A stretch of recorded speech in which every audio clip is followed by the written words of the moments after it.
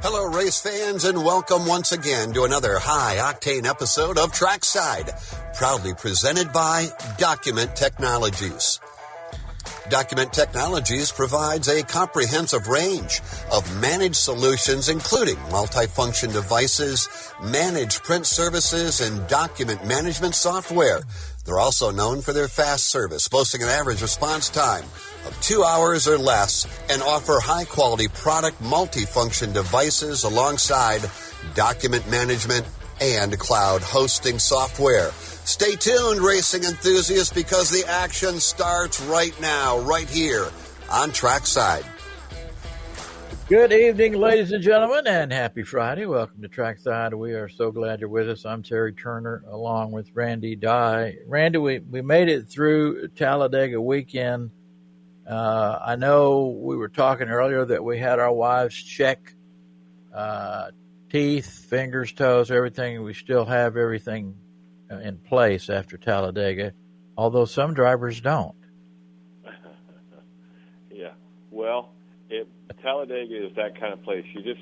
I think the only thing you know for sure is going to happen is there's going to be wrecks. How big and when and to what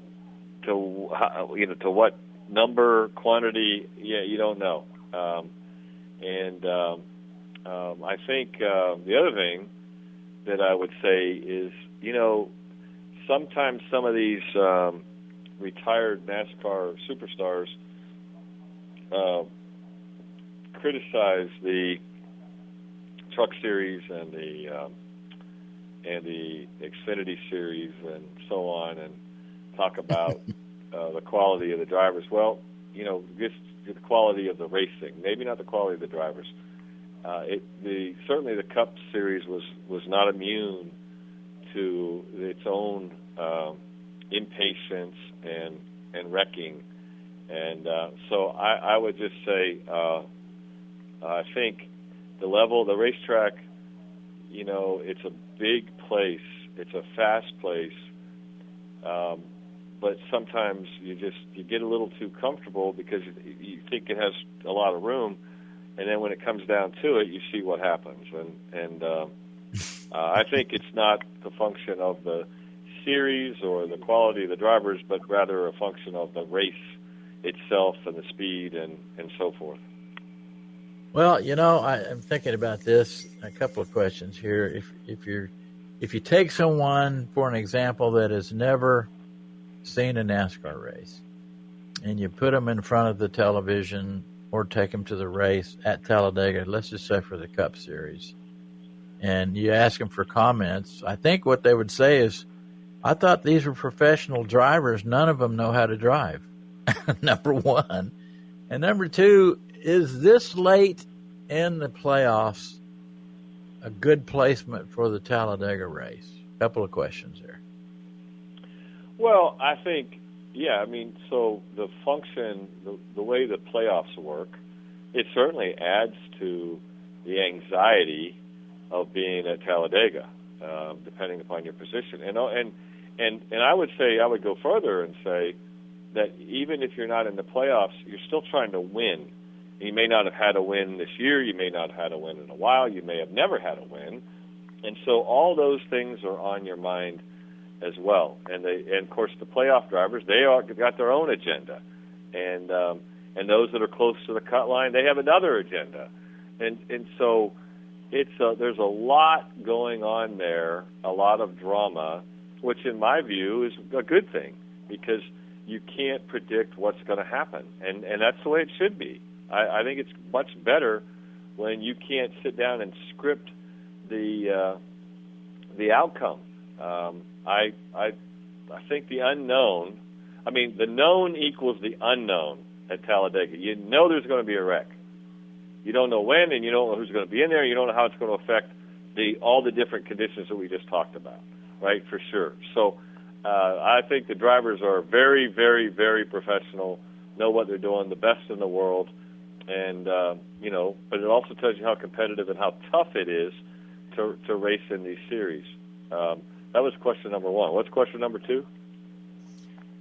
Just reaction from from viewers that have never seen a race, etc. What do you think they would? What do you think they would say?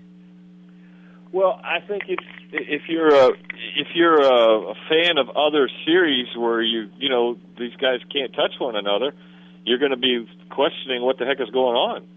But I think the draft is so important. You see the speeds of the cars in single car qualifying versus how fast they go, in the draft and around other cars.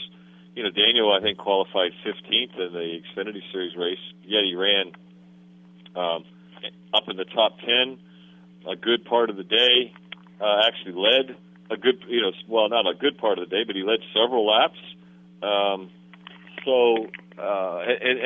You find out how important having partners and drafting partners and position on the racetrack and all that stuff is so important.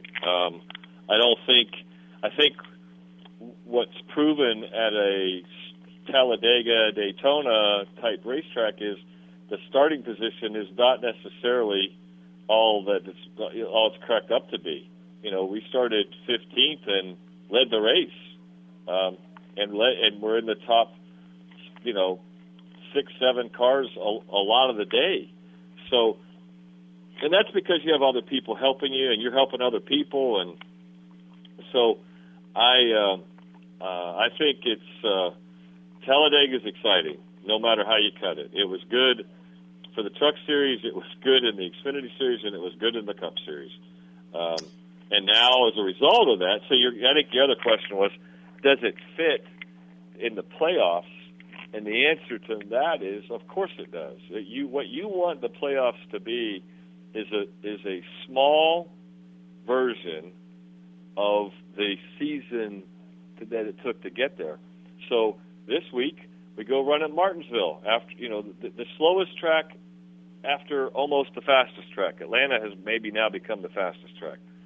So right. Yes, it's different disciplines, and you don't want it to be something where you're going to the same racetrack week after week after week, because I think you're really trying to get a team, an organization, and a driver that can race on all the different type racetracks that are in the series to get to that playoff, to get to the championship day in Phoenix.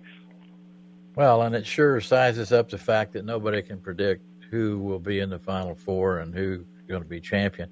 Danica has an interesting perspective that I just got here. Randy, are you ready? Probably not, but okay, go ahead anyway. Danica says Talladega is similar to mud wrestling. and I'm sure there's a how so? I'm not going to respond. I'm not going to ask that, because if I did, we'd be here the whole day, the whole show, and that's it. So you can talk to her. Is she talking about during the race or after the race? I'd just rather just move on, if you don't mind. Okay. I mean, there's a race on the racetrack, and then there's Talladega Boulevard, and I'm just not sure which two of those. Oh, okay. I didn't think of it that way, but yeah, it could be that Danica spends a lot of time in the infield. Oh gosh, okay. Time to move on, Terry. Know. It's your fault. I told you I didn't want to talk about it. So anyway.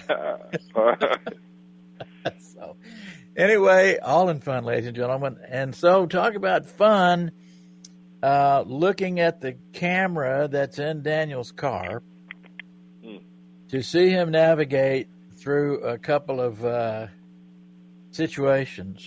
We've talked in the past about the drivers and what it's like and the talents and the athletic ability that they have. And we've often compared them to F-18 pilots, for just an example. So, I'm thinking of that when I'm looking through Daniel's camera as he navigates. Holy cow.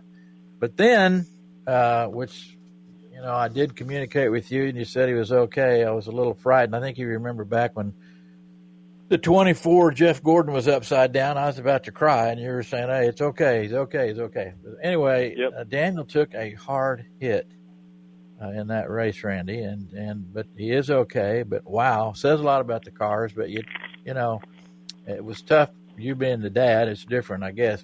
For me, of course, I've known him since he was 5, and my wife used to hang around with him at the racetrack when he was 5.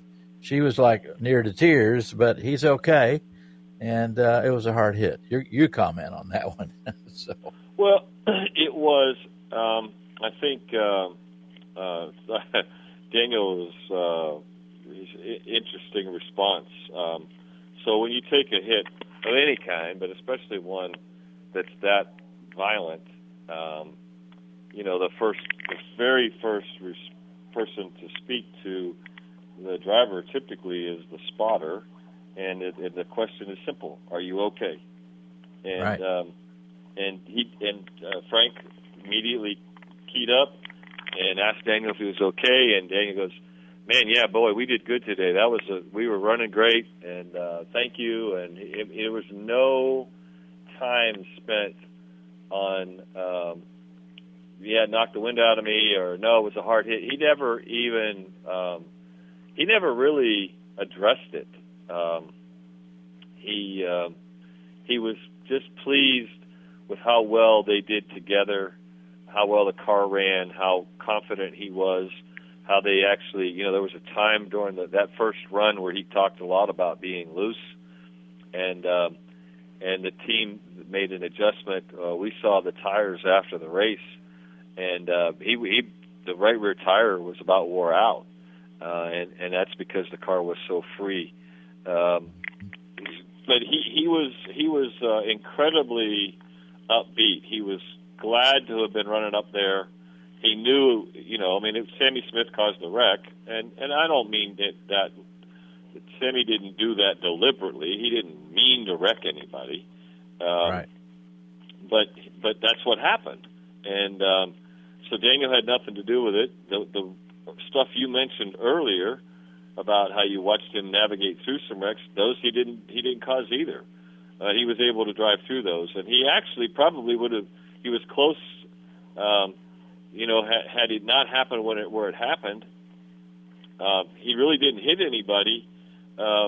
He just got turned there by what Sammy did, and it caused he lost total control and traction, and hit the wall. You saw it, and it was on the screen, and it was a pretty good lick. He's had worse from a data standpoint. It wasn't the hardest recorded wreck that he's ever had. So I guess he probably felt good about that when we got done and we're down there to see him. He just made a little comment. I kind of patted him on the back, and he said, "Hey, maybe you want to take that a little easy." And but he was up and rolling the next morning, and was actually going to go play golf, if you want to know the truth.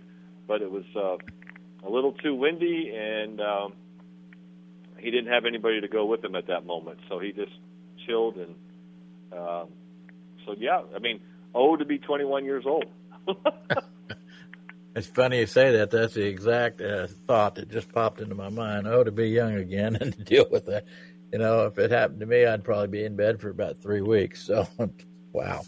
Well, I'm just glad he's okay. Again, says a lot for youth, and it says a lot for the cars and how safe they are, the safer barriers, all the things that NASCAR has to offer. So, anyway, good job. It definitely was exciting from the camera angle inside the car, watching him navigate through that stuff, no doubt about it. Quick reflexes, wouldn't you say, Randy? Quick reflexes. Definitely, and I will say, I tend to believe that a lot of that comes from his quarter midget days. The quarter midget experience really, really, really does do a good job for preparing drivers. The reflex, thinking ahead, and I know that the size of the car and all that stuff doesn't translate. I get it, but the situation does translate, and I think that training, all that time in a quarter midget, in the circumstances, I think it helps him for sure. Well, both of us have played sports since we were young, and the word muscle memory kind of comes up to the top right there because quarter midget days certainly began muscle memory for sure. With that, we can talk about that all day. Let's roll in because we got lots going on locally. Let's go to the local segment of the Trackside program. One Daytona, located across from the world's center of racing, is proud to present our local segment, where we talk with a local star in your part of the country following a big win, event preview, and much more. One Daytona in Daytona Beach is a vibrant destination offering an array of shopping, dining, and entertainment options, including unique events and live music suitable for families and individuals alike.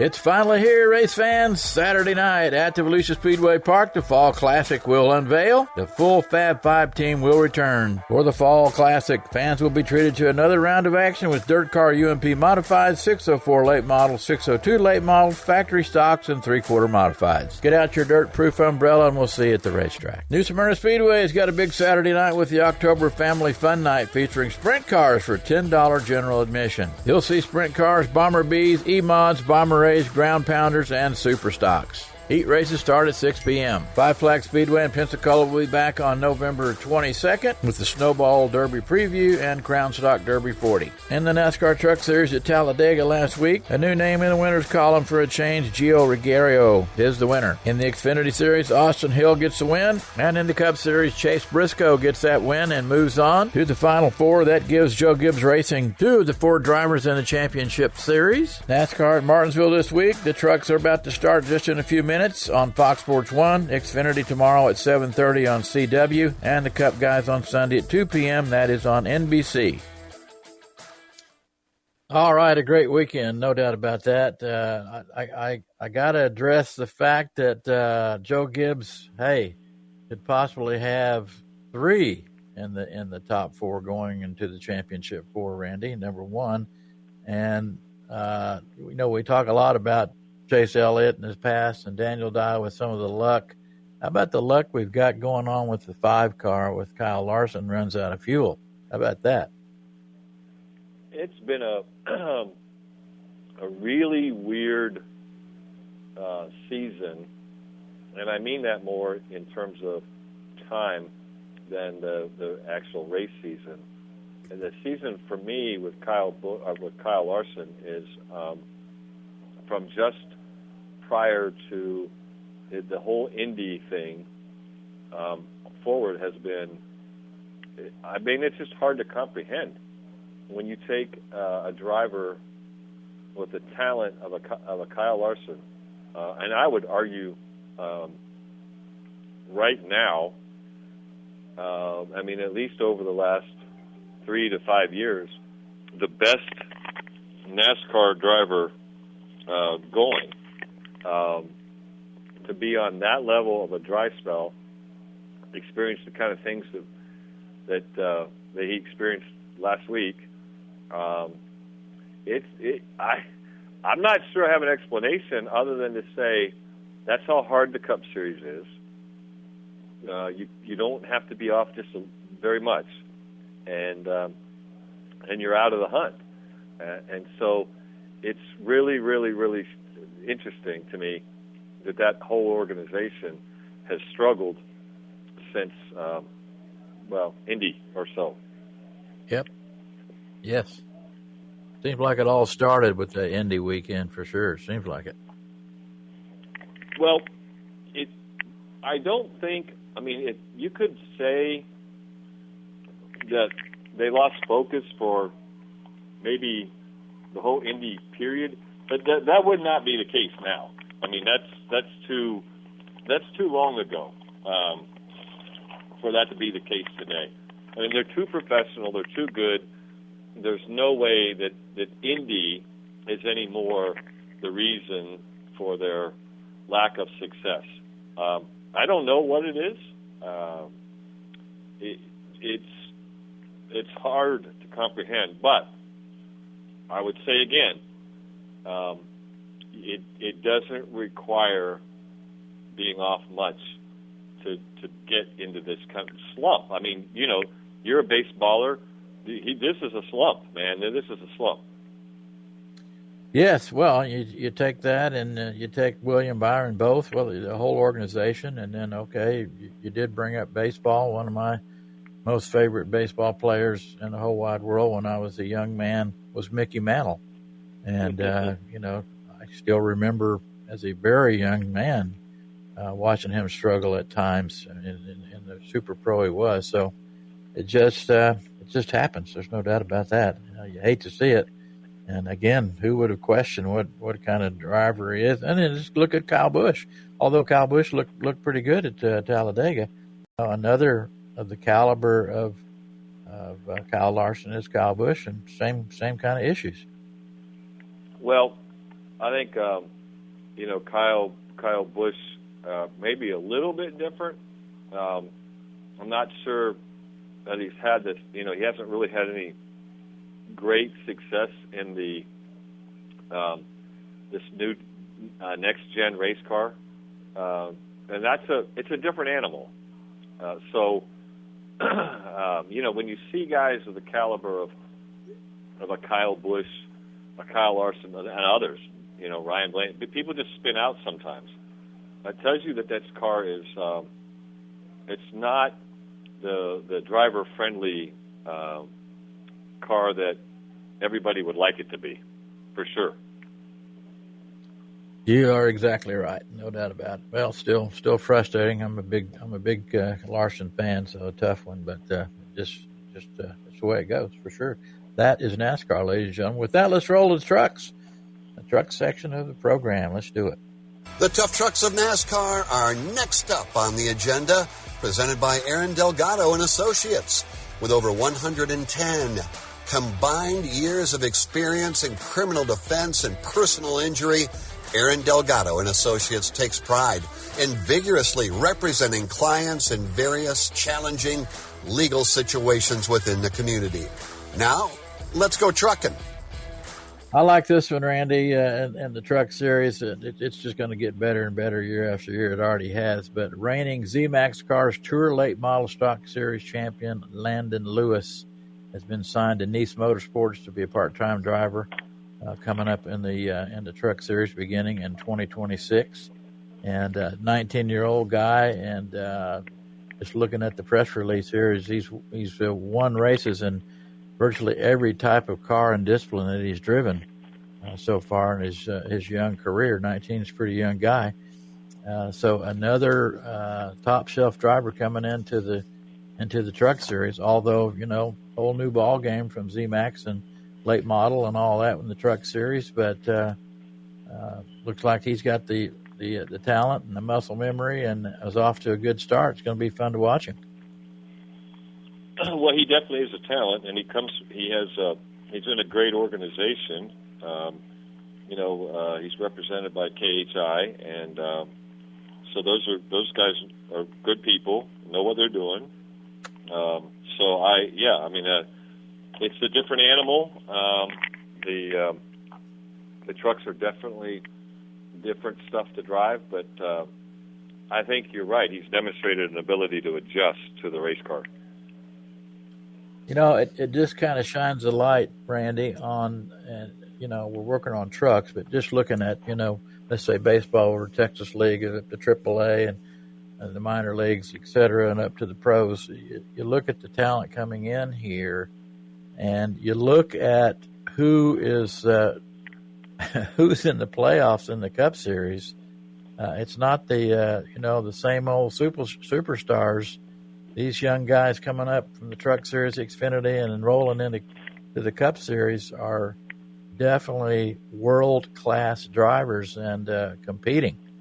So it just seems like year after year in all three divisions, we just get more and more great talent, Randy.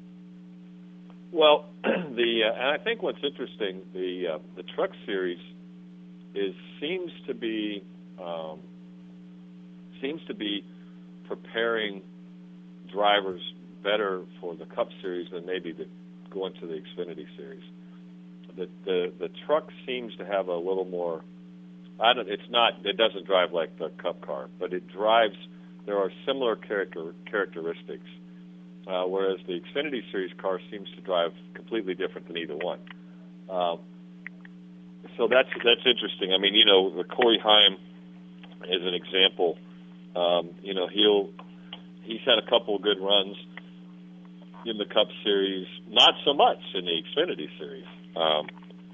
So we'll see what happens there. I'm looking at the Truck Series playoff picture. This one's pretty unbelievable. This weekend at Martinsville, lots could happen here. Think about who's below the cut line. You got Ty Majeski, 5 points below the cut line. Right. Lane Riggs, 6 points below the cut line. And then Daniel Hemrick, 32, and Grant Enfinger, 40. But be reminded, either one of these guys could win in Martinsville. Yes. So this is going to be interesting. Yes, it is. There's no doubt about it. And hard to believe, Randy. Next week is the season finale for the truck guys. It's already down to that point. So, yep, it's serious business, and all the more reason to watch the truck races for sure. Another good piece of news: Luke Baldwin's going to close out the season with Thor Racing at Phoenix. He'll be driving the number 66 F-150. So, a name that's been there and back and forth, and he's back in the truck coming up at Phoenix on October 31st, next Friday. Yeah, he comes from he's a racing family, so we'll see how that goes. Gotcha. With that, ladies and gentlemen, let's take a quick break. We got lots more to cover. We'll be back and get into the Xfinity Series, so stay right with us. You're listening to Trackside.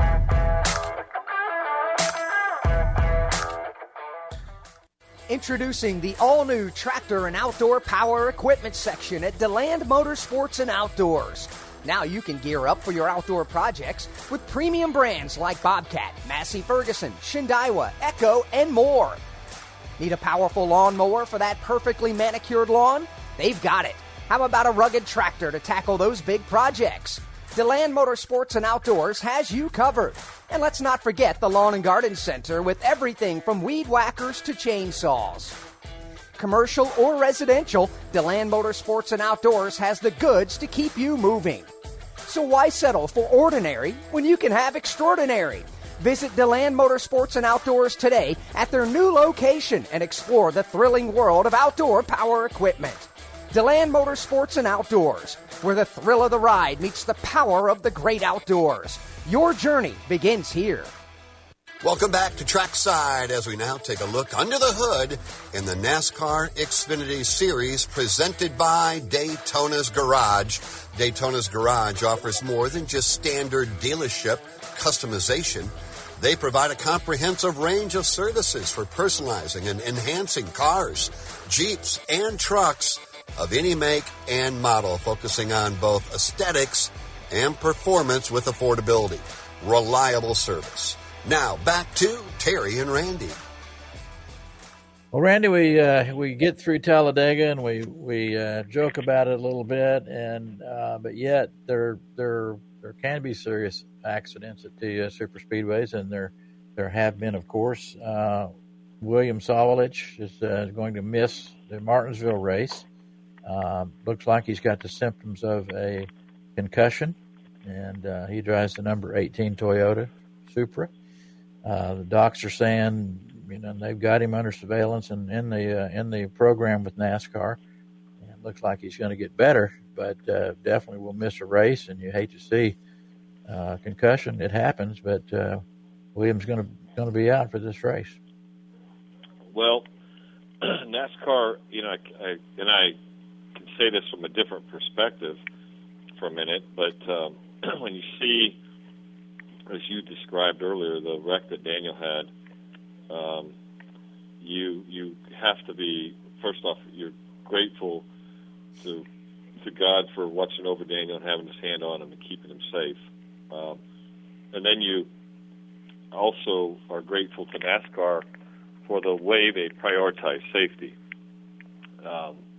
and that's on a lot of things. I mean, that's how they react to an accident, how quickly they get there, how they build their race cars, the seat that they mandate, and then the protocol that they go through after an accident. Having every driver has to go to the infield care center. They have to be evaluated, and all the things that are possible and that to a driver from an injury standpoint are looked at in the infield care center, and then they make a recommendation. Say, okay, this one's good to go, or nope, this one needs to go through the protocol, whatever it might be. I mean, sometimes it's not. It's different than concussion protocol, but they have it. Daniel's been through it twice. I can tell you that they have a baseline. So, in other words, before there was any accident, they know generally how a driver behaves in a certain circumstance. And then after an accident like this, where there's some concern or some symptoms of a concussion, then they do that same test and they compare it. And if there are too many differences, then they'll take it to the next level. But I think at the end of the day, and William Sawalich is a good driver. He's had a much better second half of the season than a first, but he's also very, very young. And this is not one of those things that you want to mess with. One race as compared to a career is no big deal, right? And I don't know. I didn't see yet who they named is going to drive the car. But I would say that this is one of those deals you err on the side of precaution, conservative, and not get him back in that seat too fast. And especially if you think about going to a place like Martinsville, where it's very, very, very tight, and you're going around in a circle pretty close. It's the likelihood of there being another wreck is high, and also just what it does to your equilibrium at a place like that. So I think I'm confident. Having watched NASCAR operate in these types of circumstances with Daniel, my own son, I'm confident that they know what they're doing, and they've made a great decision, particularly versus on the long term, for somebody like William Sawalich. He's a good young driver, and he's a good young guy, and one race compared to the rest of his NASCAR career is not a big deal. Exactly. Justin Bogsignor is going to be driving the 18. Okay. So he's raced. Yeah, and that makes sense because Justin is a New England Northeast modified driver. They are used to this kind of surface, and he's raced for Gibbs, so all that makes sense. Yep. Gotcha. Well, all the best to the young man, and hopefully we'll see him back right away. Speaking of young men, and let's look at a former teammate of you. That's Rajan Caruth. He has a pair of wins, Randy, in the Craftsman Truck Series. And right now, as we go into Martinsville, a round of 8 elimination, he's ranked second. And got the news this week that he will join JR Motorsports in 2026 to run a schedule in the O'Reilly Auto Parts Series. So driving the number 88. What a thrill for Rajan Caruth. He's earned it, and I know you're a fan of his and proud of this young man. Yeah, happy for him. It's a part-time schedule, and so I'm excited that he's going to get to do that. Obviously, it's a great car, and so you certainly, those are the kind of things you hope for, you wish for, is to have that opportunity. I don't know what he's going to do with the rest of the season, if that's all that he's going to do, but happy for Raja and really hoping that he does really well. Well, and Randy, as we've just discussed, you just don't know. I mean, Rajan could end up being the champion in the Truck Series, man. Very well could be. You don't. I certainly wouldn't want to count him out. He's in an interesting position because he's there. He's inside the cut line. He's second, but he can't go there. Going to a place like Martinsville, you can't go there to protect because you'll just get smoked. He's going to have to go race and be smart, not put himself in a bad position. Make sure his spotter will be telling him for sure where he is relative to the rest of the guys trying to get in to the Phoenix finale. But he's got to go race. He can't go there playing defense. There's just no way. It won't end well if he's going there playing defense. You got that right. It's going to be fun to watch the truck race as it unfolds this evening. Speaking of JR Motorsports and, some repeats coming in for 2026, Ross Chastain and Shane Van Gisbergen will be driving some for JR Motorsports, and a couple of great drivers right there. Definitely behind the wheel on great cars, and just trying to figure out what it feels like to be in the driver's seat of a JR Motorsports car and working with Junior himself. It's got to be fun. Well, if you look at their level of success, I think if you had an opportunity to pick your seat in a garage area, that'd have to be high on your list for sure. No doubt about that. All right, let's roll with. We got lots to cover in the Cup Series, so let's go into the Cup section of Trackside. UniFirst presents Conversation about the NASCAR Cup Series, the pinnacle. In auto racing, just like Cup, UniFirst is also the leader of the pack as the uniform and facility service experts. Let's go back to our hosts, Randy and Terry. Well, Randy, you and I both are tired of talking about it, but we'll just mention briefly that the NASCAR teams, 2311 Front Row with NASCAR, did have a big conference this week, and the judges looking at it all. No comments after the meeting from either side to the media, and no settlement, no apparent deal at this point in time. It looks like it could possibly roll on into the end in December. Randy, I'll just be glad when the end comes. Yeah, other than the fact that we kind of would be less than genuine or authentic if we didn't talk about it. There's not much we can do. You've heard my position. Mine hasn't changed. I look at the things that 2311 alleges, and I'm going, wait a minute. I mean, this is just simple to me. Anything that you say that you call out as a point of contention existed before you decided to get in. So I don't know why then you fuss about it. I mean, you're there. You did it willingly, and you benefited from doing it, and now you're going to say you don't like it, and it's not right, and you want it to change through the law. I don't know, man. I'm probably way too practical, and I come from a little small town in northwest Pennsylvania. Life was simple, and I tend to look at this one pretty simply. I don't get it, and I don't think it helps anybody. I just don't think it helps anyone. I'm surprised, actually, that it's continued. Well, that's it. I think we're all it has continued, and it looks like it very possibly could go right on down to the wire. So we'll keep you posted, ladies and gentlemen. We'll just, like I said, I'll be glad when it's over. On a lighter note, both of us that are fans of college football, and we talk a lot about new sponsors and ways to get their name out and coming to NASCAR.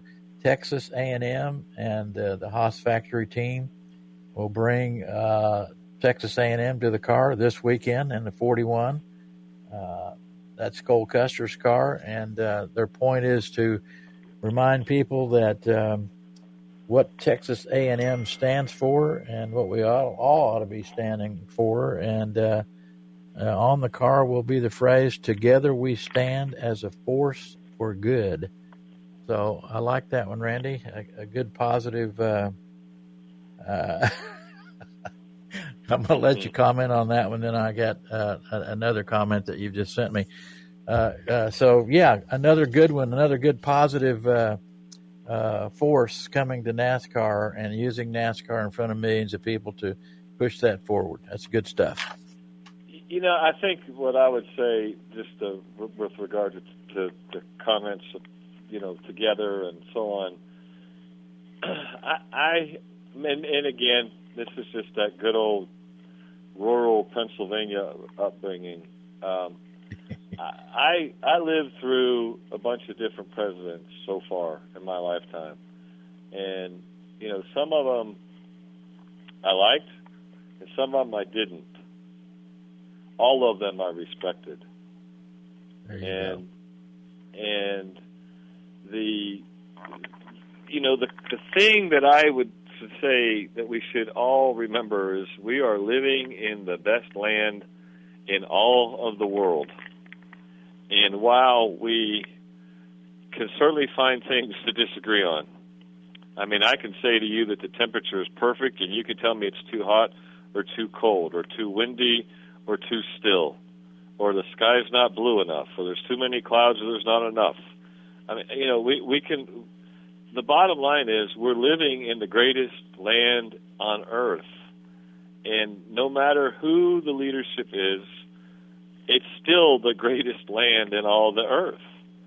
And you know, if we spend a little more time, based on the Texas A&M comment, working on the things that we do agree on, you know, homelessness, veterans should be treated better, kids need to eat. I mean, there's a lot of stuff that we can agree on. Why don't we harness that energy for good? I like it. Maybe we could just all agree that there's only one king. Anyway, amen. I you know, Randy, you and I both try to behave ourselves on this program, and sometimes it's not. Thank goodness. It's not easy to do, especially for Randy. And but Danica, you know, I mean, we got the mud wrestling thing, and now she's asking, what about Austin Hill flipping off the fan? So, you want to comment on that one? I'm gonna throw that over in your court, since you guys are friends and I'm not. So go ahead. I would say, well, you don't always tell it just like it is, Terry, but that's okay. I would say that no matter what, no matter whether you're the villain or you're the hero, I don't think as a professional athlete ever should you flip off a fan. Ever, never. I think about the way fans ought to be treated, and I look at people in sports and racing. I think about Richard Petty and how he treats the fans and how he always treated the fans. I think about in golf. Yeah, right. And I think about in golf Arnold Palmer and the way that he, you know, so there were bad days for Richard Petty, and there were bad days for Arnold Palmer and others in other sports, but they always understood how important the fans were to not only their success, but to the success of the sport as a whole. And so I don't know what happened. I'm sure he got booed, whatever. Maybe somebody said something they shouldn't. But you can't do that. You just can't do that. And, you know, he represents not just himself, but he represents Richard Childress Racing. He represents, you know, the Bennett Transportation Company and all the other partners. And for that matter, he really represents the sport NASCAR. And that behavior is just, Well, as we get close on time here, I would like to say just one quick thing. Number one, there should be a fine. Number two, I would like to ask Austin. Austin, exactly where would you be in your racing career if there were no fans? Just saying. So, Daniel Suarez, Randy, is signing with Spire Motorsports for 2026. He's going to be behind the wheel of the number 7 Chevrolet ZL1. We've discussed in past shows. Things are coming up to change there, and he will kick off the 2026 season in the preseason race at Bowman Gray Stadium in Winston-Salem, North Carolina. So Daniel Suarez has got another ride and will remain. He's 33 years old, and we wish him the best coming up in 26. Yeah, we kind of alluded to this one. We gave you this rumor was pretty solid and gave you a little peek under the tent last week about this one. This is no real surprise. Question really ends up at this point: where's Justin Haley going to go? What's he going to do? Where's he going to end up? But Daniel Suarez being over there, that doesn't surprise me. I don't think it surprises anybody in the garage. No, absolutely not. But glad for him. He's won a couple of races in the Cup Series, and hopefully he gets behind the wheel of this machine and does extremely well. So we wish him the best. We're going to talk in a couple of ways about one of the largest weapons manufacturers in the whole wide world for the United States, and that's Anduril, and they have just inked a multi-year partnership with the 24 with William Byron, and going to be with him for several races. And they, speaking of that, they are the presenting sponsor, Randy, as we go into San Diego on June the 19th through the 21st with all 3 series at the Naval Base. Coronado Street Course will be unveiled. It is unveiled. I've seen renderings as a view. Wow, what a race course, and a big sponsor there on the 24 and presenting the race at this Naval Base. Awesome stuff. Yeah, that's what a great place for a weapons manufacturer to sponsor a race, right? It's a good spot. Well, yes, and they'll be involved heavily in Chicago as well, 4th of July time. So hey, as our 250th year unrolls, they're going to be a big part of it. So is NASCAR. We're running out of time, ladies and gentlemen. I got to tell you that the 2027 Daytona 500 announcement has been made, and that date will be February 21st, Sunday the 21st of 2027. So NASCAR lays this stuff out in plenty of time so you can get prepared and get your tickets early, et cetera, as people come from all over the place. I'm not 100% sure at this point, but I think 2026, the 500 is almost sold out. In closing, Casey Mears is looking to make his 500th Cup start next season, so we're going to see Casey in the Cup Series next year. And he was at Talladega, and we're going to be seeing him trying to get this done. So Casey is in his 40s, Randy. Be driving the number 66 again. So, hey, pretty cool to see him hanging in there. He looks different than he used to. It seems like we all age a little bit, Randy. A little bit. No doubt. All right, ladies and gentlemen, we have blown through it. We are glad you're with us. Some great racing in the neighborhood this weekend, so get out and see some. And we will talk to you next week right here on Trackside. See you at the racetrack, everybody. And with the checkered flag waving, we're wrapping up this week's edition of Trackside. Fear not, race fans, because we'll be back next week, proudly presented by Document Technologies. Tune in for a fresh new episode packed with engaging interviews, captivating conversations, and all the exhilarating moments you've come to expect. Until then, keep the racing spirit alive, and we'll see you next time on Trackside.